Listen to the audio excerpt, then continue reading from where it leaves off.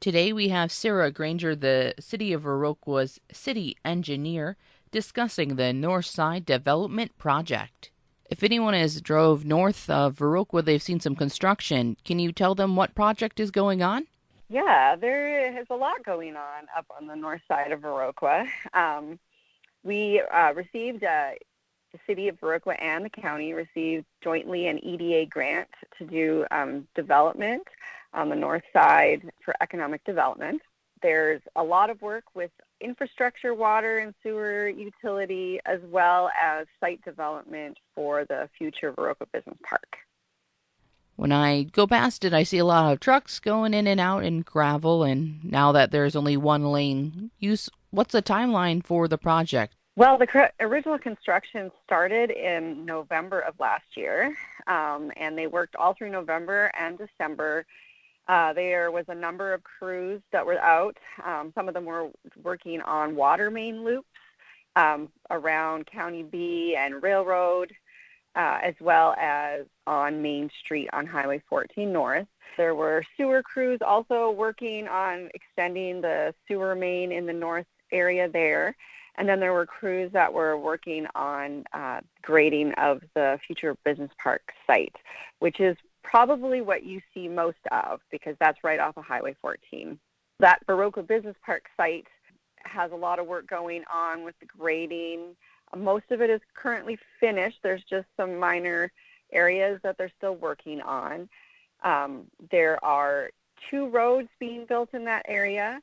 The entrance road, which is going east and west, coming off of Highway 14, which is going to be called Vernon Parkway. That is going to be, it's being built up right now. All the underground work, except for the lighting and electrical, is already in. The north and south road, which is being worked on right now. There's still a bit more work with storm sewer that they're finishing up. That one is more or less done, but still being worked on. There will be, and they are working on stormwater retention ponds in the area, and there is a multi-use path that's going along the Green Corridor. The Green Corridor is the existing waterway that comes through that area. That's going to be remaining untouched except for when it has to go under the road. And so there's going to be a multi-use path that follows that up until you get down by Vernon Manor area. Coming from that, the lane closure is specifically with regards to the turning into the business park and turning out. So things will be modified there to allow a turning lane in and out of the business park. They're also doing some work on some of the manhole covers in the area. The next steps would be finishing the road itself, putting in curb and gutter, putting in street lights, and eventually they'll be paving both the roads and the multi-use path. And I know you don't know exactly what's going in there quite yet, but how many spots or places will there be for business once it is complete?